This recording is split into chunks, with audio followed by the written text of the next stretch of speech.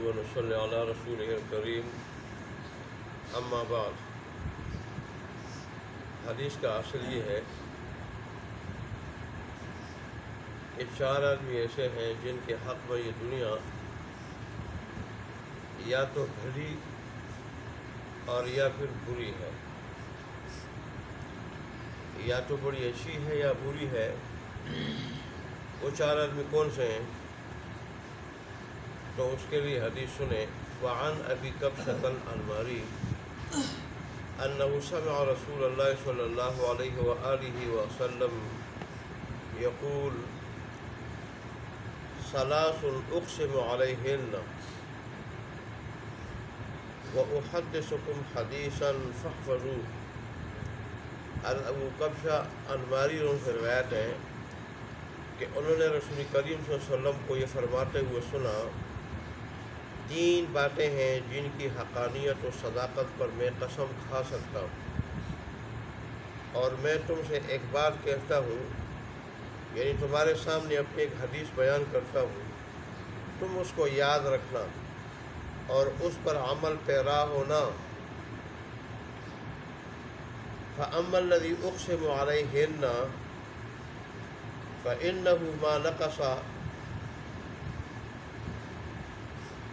مَالُ عَبْدٍ مِّن صَدَقَةٍ۔ بس وہ 3 باتیں جن کی میں حقانیت و صداقت پر قسم کھا سکتا ہوں، یہ ہے کہ بندے کا مال خدا کی راہ میں خرچ کرنے یعنی صدقہ خیرات کی وجہ سے کم نہیں ہوتا۔ یعنی کسی بندے کا اپنے مال کو خدا کی رضا و خوشنودی کے لیے خرچ کرنا بظاہر تو اپنے مال کو کم کرنا اور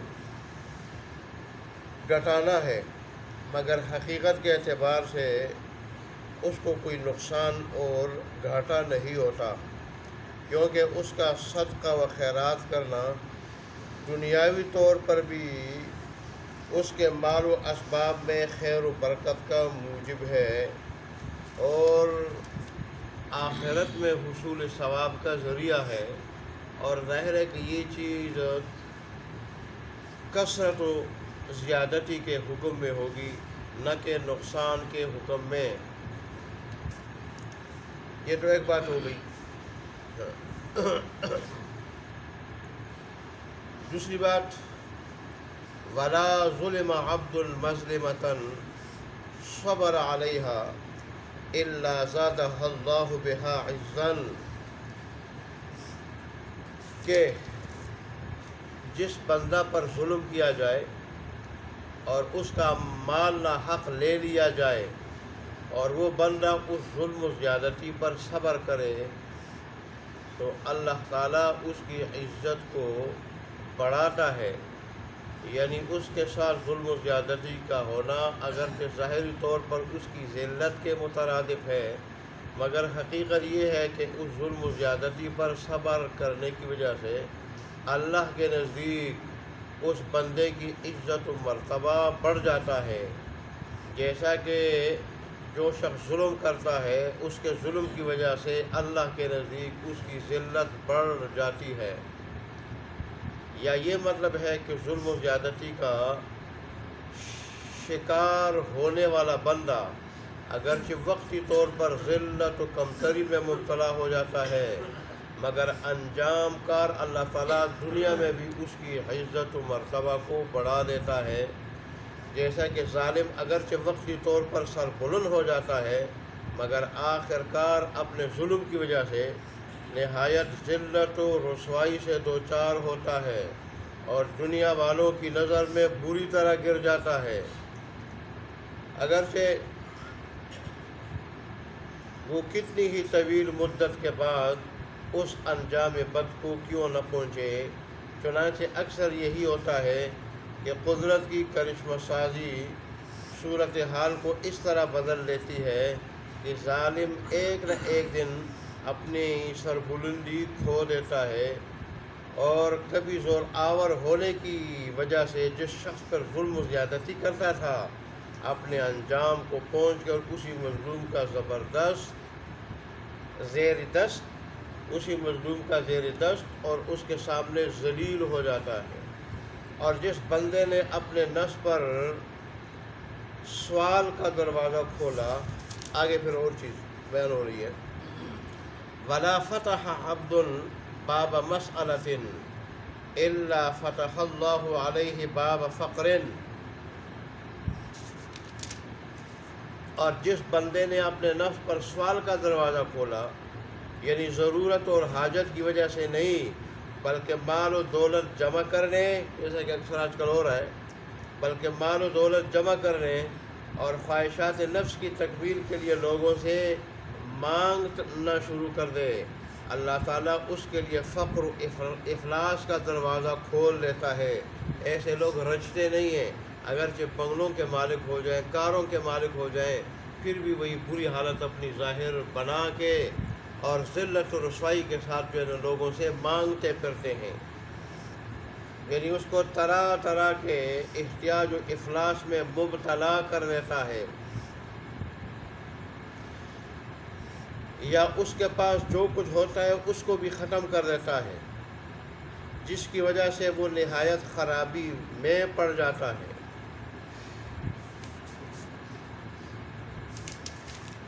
اچھا جی، وَأَمَّا الَّذِي أُحَدِّثُكُمْ فَاحْفَظُوهُ فَقَالَ إِنَّمَا الدُّنْيَا لِأَرْبَعَةِ نَفَرٍ عَبْدٍ رَزَقَهُ اللَّهُ مَالًا وَعِلْمًا فَهُوَ يَتَّقِي فِيهِ رَبَّهُ وَيَصِلُ رَحِمَهُ وَيَعْمَلُ لِلَّهِ فِيهِ بِحَقِّهِ فَهَذَا بِأَفْضَلِ الْمَنَازِلِ۔ اور جس اچھا جی،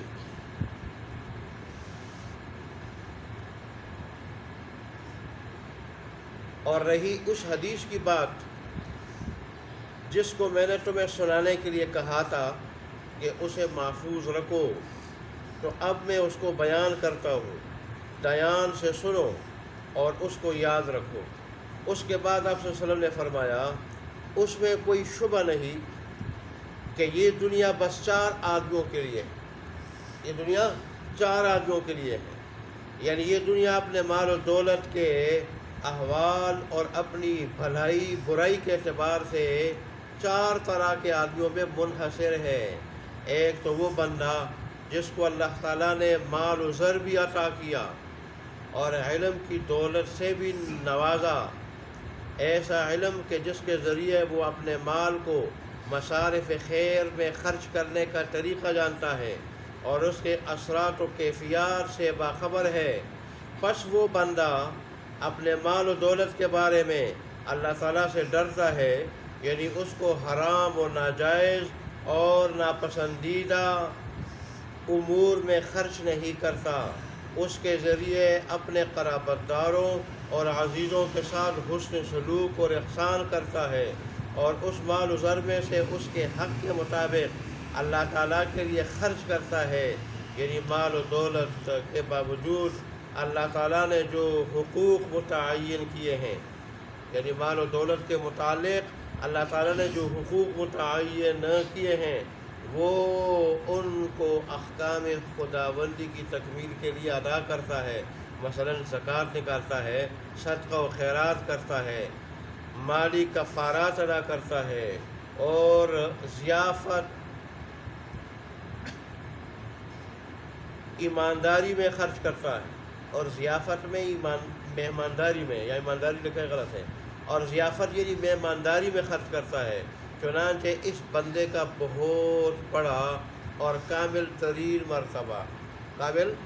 مرتبہ ہے، یعنی وہ بندہ دنیا میں اچھے خصائل و احوال سے متصف قرار دیا جاتا ہے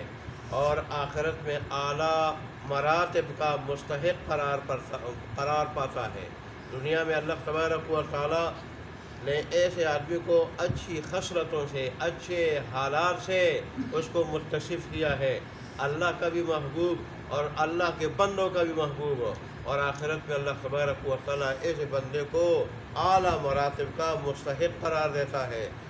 تو اللہ تبارک و تعالیٰ ہمیں عمل کرنے کی توفیق عطا فرمائے، اور اللہ تبارک و تعالی ہمیں مال دے یا علم دے، اس کو اللہ کے حکم اور مرضی کے مطابق خرچ کرنے کی توفیق عطا فرمائے۔ باقی حدیث لمبی ہے، ٹائم پورا ہو گیا، جو حصہ رہ گیا انشاءاللہ وہ کل بیان کر دیا جائے۔ الحمدللہ رب العالمین والعاقبۃ والصلاۃ علی رسول محمد وعلی آلہ وصحبہ اجمعین۔ ربنا ظلمنا انفسنا وان لم تغفر لنا وترحمنا لنكونن من الخاسرین۔ ربنا آتنا في الدنيا حسنة وفي الآخرة حسنة وقنا عذاب النار۔ اللهم إنك عفو كريم تحب العفو فاعف عنا مولانا۔ اللهم إنا نعوذ بك من فتن المحيا والممات۔ اللهم انصر الإسلام والمسلمين، اللهم أعز الإسلام والمسلمين، اللهم انصر من نصر دين محمد صلى الله عليه وسلم واجعلنا منهم، اللهم اخذل من خذل دين محمد صلی اللہ علیہ وسلم ولا تجعلنا منهم۔ اللہ تبارک و تعالی ہمارے ٹوٹا پھوٹا سن اور سنانا اپنی بارگاہ میں قبول منظور فرما، اور اس پہ جو ثواب آپ نے مقدر فرمایا ہے وہ ہمیں نصیب فرما۔ اللہ تبارک و تعالیٰ سے لے کے مرتے دم تک ہمیشہ ہمیشہ کے لیے ہمیں اپنے دین کی باتیں سننے اور سنانے کی، اور پھر ہم سب کو اس پر 100% اخلاص کے ساتھ 100% مکمل عمل کرنے کی توفیق عطا فرما۔ اللہ تبارک و تعالیٰ اس مجلس کو ہماری نجات کا ذریعہ بنا دے، ایسی نجات کو اس کے بعد پھر کبھی پکڑ نہ ہو۔ اللہ تبارک و تعالیٰ جتنے بھی بیمار ہیں تمام بیماروں کو شفاء کامل عاجلہ مستمر عطا فرما، جو پریشان حال ہے ان کو پریشانیوں کو دور فرما، اور جو مقروض ہیں ان کو قرضوں سے نجات دے دے۔ خصوصاً درس والے ساتھیوں میں سے حاضرین مجلس میں سے کوئی بیمار ہے یا پریشان حال ہے یا مقروض ہے، یا ان کے متعلقین میں سے رشتہ داروں اور گھر والوں میں سے اولاد میں سے، اللہ تبارک و تعالیٰ تو ان کی مصیبتوں سے نجات دے دے۔ اللہ تبارک و تعالیٰ ہمیں دنیا آخرت دونوں کی خوشی نصیب فرما،